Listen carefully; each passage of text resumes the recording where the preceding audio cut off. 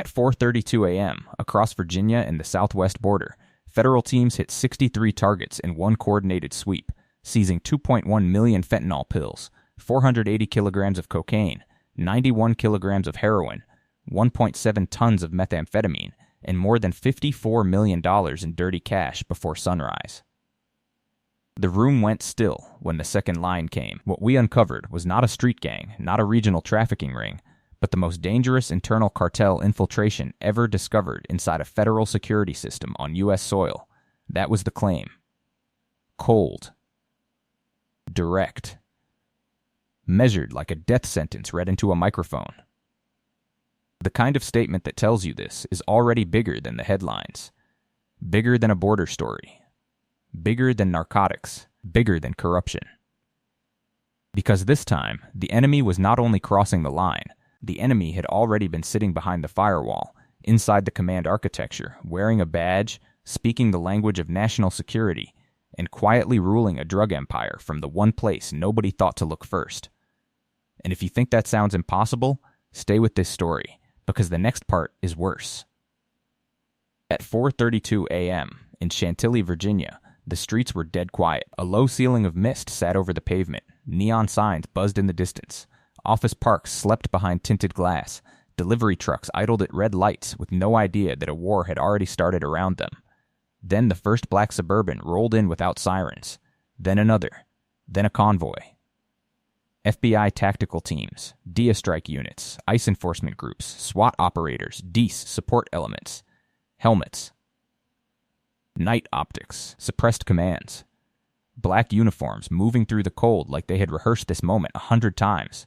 Because they had. 3 miles away, another stack moved on a data storage facility registered as a cloud migration company.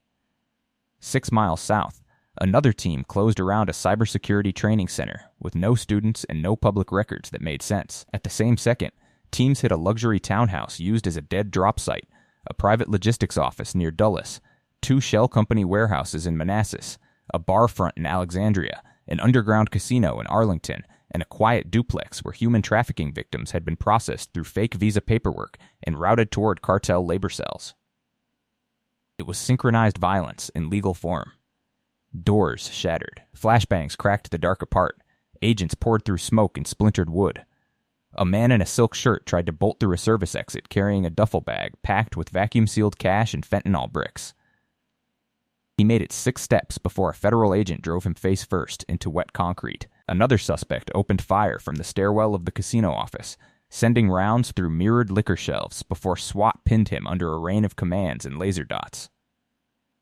In the townhouse, agents found hidden compartments beneath imported tile, stuffed with forged passports, encrypted phones, and ledgers written in layered code. In the warehouse, behind rows of server racks humming in refrigerated silence, they found narcotics stacked inside anti-static shipment crates labeled as semiconductor test units. Methamphetamine in industrial bags. Cocaine wrapped in carbon paper. Heroin sealed inside printer toner drums. Fentanyl pills counted by machine, packed with the same sterile efficiency as electronics inventory. It was not chaos. That was the first truly terrifying part. It was systems engineering. It was enterprise design. It was a drug cartel built by people who understood networks, access control, redundancy, encryption, compliance loopholes, and human weakness. By 4:57 a.m., the hit list expanded into the southwest. Nogales, El Paso, Yuma, Las Cruces. A cartel-run freight yard disguised as an agricultural inspection overflow lot, a desert warehouse with false walls and cooling units masking the chemical bite of a drug superlab. A migrant smuggling hub hidden beneath a roadside motel where buses came and went under fake manifests. A fortified ranch house, part safe house, part drug fortress, where armed cartel members burned hard drives and steel drums while sirens moved closer over the ridge. Federal agents breached that property under rotor wash and floodlights. Blackhawks circled overhead. 2 suspects ran for a dry arroyo carrying rifles and a satchel packed with fentanyl pills. One dumped the bag and kept running. The pills burst across the dirt like blue-white gravel. On another property, agents cut open the floor of a mechanic shop and found a reinforced shaft dropping into a tunnel lined with lights, rails, ventilation fans, and fiber cabling. not a crude hole in the ground. A corridor. A supply artery. A buried spinal cord between the border and a network already entrenched inside the country. By the time the first sun line touched the horizon, the numbers kept climbing. 42 arrests, then 61, then 84. 14 cartel accountants, 9 cyber operators, 7 logistics controllers, 17 armed enforcers, 11 transport coordinators, more than 300 firearms, grenade components, long guns, pistols, bulk cash, synthetic opioid precursors, burner phones, ghost company seals. But the real twist came in Virginia, in a steel vault hidden behind a biometric panel inside the so-called training center. Agents expected currency, maybe gold, maybe blackmail documents. Instead, they found sealed titanium cases containing quantum-resistant storage drives, red-coded authorization tokens, and a classified-style access ledger carrying a phrase that froze the room: Iron Veil, Tier Omega. Under that, an internal sign-off key. Not from a mayor, not from a governor, not from some local fixer in a cheap suit, from a federal identity signature tied to the Bureau itself. At 6:18 a.m., inside a secure cyber forensics lab in Northern Virginia, analysts leaned into cold blue light while seized devices were mirrored, isolated, and cracked under emergency protocols. You can picture the room. No speeches. No dramatic music. Just the dry click of keyboards, exhausted eyes, gloved hands, the hum of cooling fans, and a wall of screens slowly filling with fragments that did not belong in the same universe. Offshore holdings in Corral. Shell logistics firms in Arizona and New Mexico. Sham charities in Texas. Restaurant chains used to wash cash through payroll inflation. Freight brokers that existed only on paper.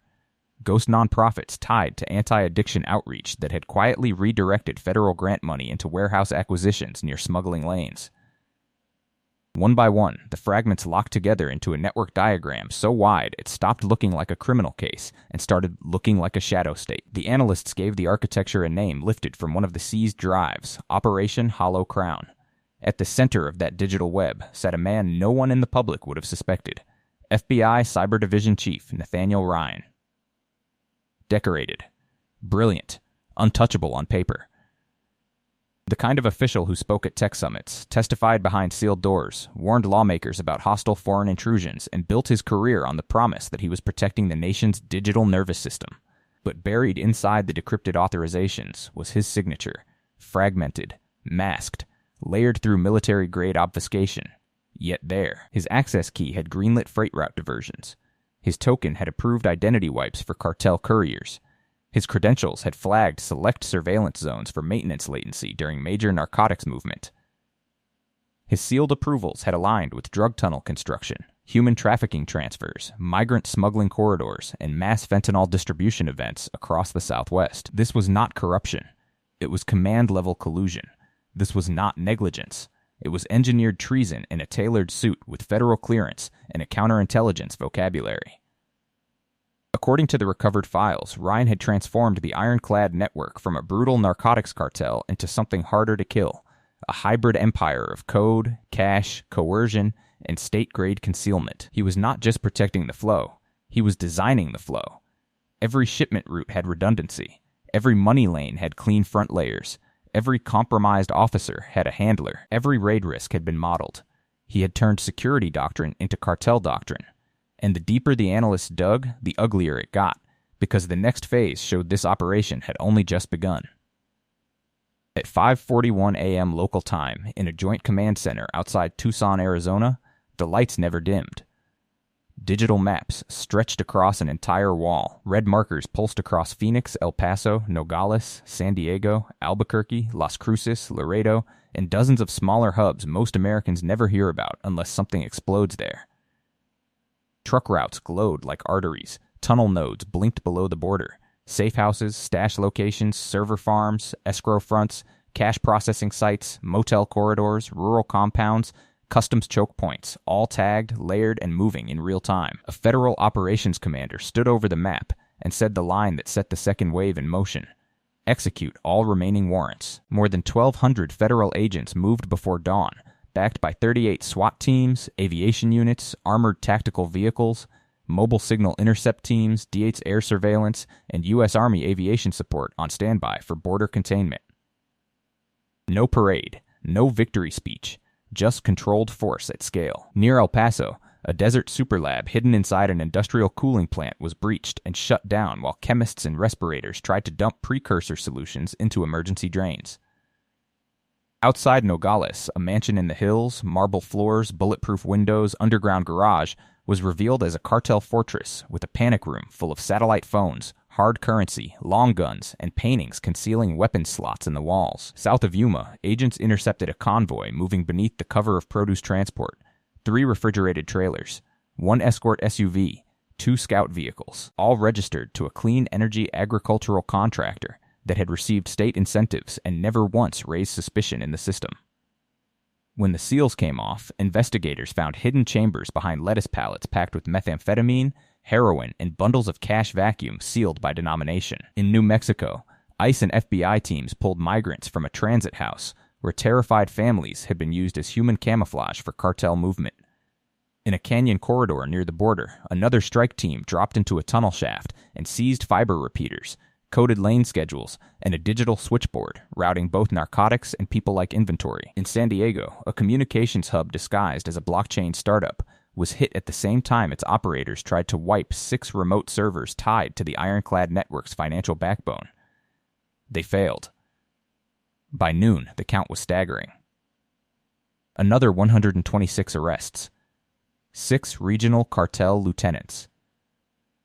3 transport chiefs, 2 chemists, 1 judge, 4 border supervisors, a deputy police commander, 71 ghost companies frozen, more than 900 firearms seized, another 3.4 million fentanyl pills, hundreds of kilograms of cocaine and heroin, additional tons of narcotics stacked on evidence tarps under armed guard. The underworld took more damage in 6 hours than it had in the last 6 years, and still, investigators knew they were only cutting through the visible parts. Because the real sickness was deeper. It always is. By late afternoon, teams were no longer just counting drugs and money. They were reading betrayal, inside seized servers and mirrored accounts. Investigators mapped payments to sworn officers, patrol supervisors, county dispatchers, infrastructure clerks, border agents, prosecutors, legislative aides, and private security coordinators who had quietly become a second enforcement layer for the cartel. 83 law enforcement personnel were flagged in the first internal review of this case. 13 border agents, 11 city officers, 7 county deputies, 2 state investigators, 3 court clerks, 1 deputy chief, 1 senior sergeant who had spent 10 years publicly praising anti-cartel task forces while privately selling raid windows by the hour. There were patrol logs altered to create empty lanes just as narcotics convoys crossed. Internal emails redirecting units away from freight corridors minutes before loads moved. Maintenance notices that shut down way stations at exactly the right time. Sealed warrants that somehow reached cartel phones before judges had even signed them. Honest agents stared at the screens in silence, because the pattern was impossible to unsee once it emerged. This was not a few dirty cops taking envelopes on the side. This was a parallel policing structure, a secret enforcement system built inside legitimate institutions and tuned to serve the ironclad network. One veteran DIA supervisor looked at a chart of leaked raid times and said, very quietly, they didn't infiltrate the badge. They cloned it. That line stayed in the room.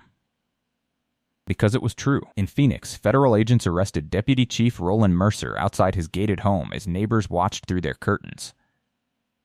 In El Paso, Sergeant Lena Varick, publicly decorated, privately on cartel payroll, was let out in handcuffs after forensic accountants tied her accounts to convoy safe passage payments and fentanyl loss adjustment bonuses. In Santa Cruz County, a tactical planner who had spent years designing interdiction patterns was charged with feeding patrol gaps directly into cartel route software, and inside a courthouse archive, seized messages linked several compromised judges and legislators to sealed property acquisitions that had helped build storage hubs and tunnel access points under Shell ownership.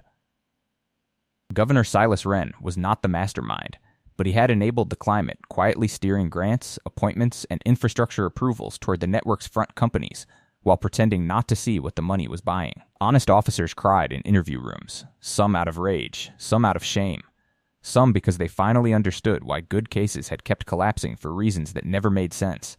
The badge had been rented out, the system had been poisoned, and if any rebuilding was going to happen, it would have to begin from the ground up, with no illusions left standing. Then the map widened. That was the moment this stopped looking like a Southwest cartel story and started looking like a continental machine. Analysts followed shipping data outward from the border hubs and saw the same fingerprints everywhere. Freight contractors in Oklahoma, port-linked brokers in Louisiana, agricultural pass-through warehouses in California's inland corridor, a packaging firm in Nevada that only handled smart irrigation equipment but somehow moved more weight than companies 10 times its size, cold storage facilities in Kansas, fuel depots in Colorado, nonprofit grant channels in Illinois, a recycling consortium in Georgia that existed mainly to bury cash transactions under commodity paperwork.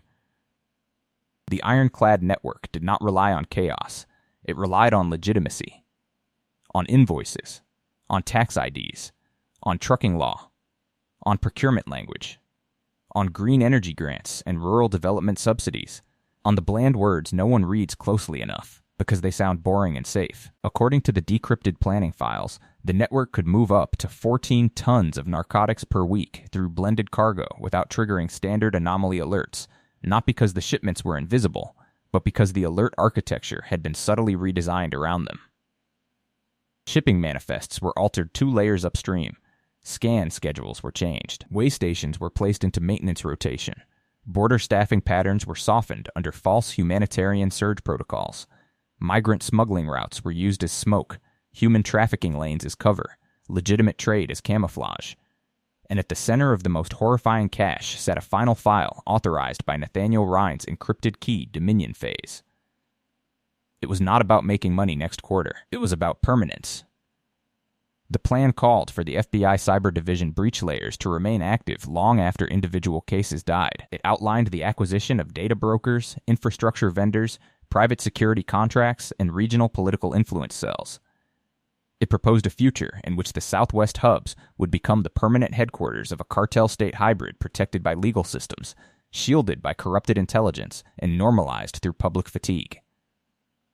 Not infiltrated. Redesigned. That is the realization that chills you. The system was not merely penetrated by the cartel. It was being rebuilt for the cartel future. And when people hear stories like this, they always ask the same thing. How could it happen? How could one man inside the Bureau secretly rule America's deadliest cartel? But power does not always arrive with a convoy and a rifle. Sometimes it arrives with clearance, with meetings, with confidence, with a smile and a credentials badge, and a polished explanation for why a system failure is nothing to worry about. Sometimes power does not need open violence. Sometimes it only needs silence, ambition, and enough frightened people willing to look the other way while neighborhoods drown in fentanyl, cocaine, heroin, and methamphetamine. While families bury children. While witnesses disappear. While human trafficking victims are moved like freight. While migrant smuggling turns desperation into inventory. While officials talk about isolated incidents and the machine quietly expands under their feet. In the end, Nathaniel Rhine was not terrifying because he commanded gunmen. He was terrifying because he understood structure. He understood that if you can shape the system, you do not have to outrun it. You can make it carry you. And that is the oldest and deadliest lesson in every corruption story ever told. If you are still watching, tap like so more people see this story. Comment expose if you want corruption dragged into the light. Share it with someone who still believes the greatest threat always comes from outside the gate.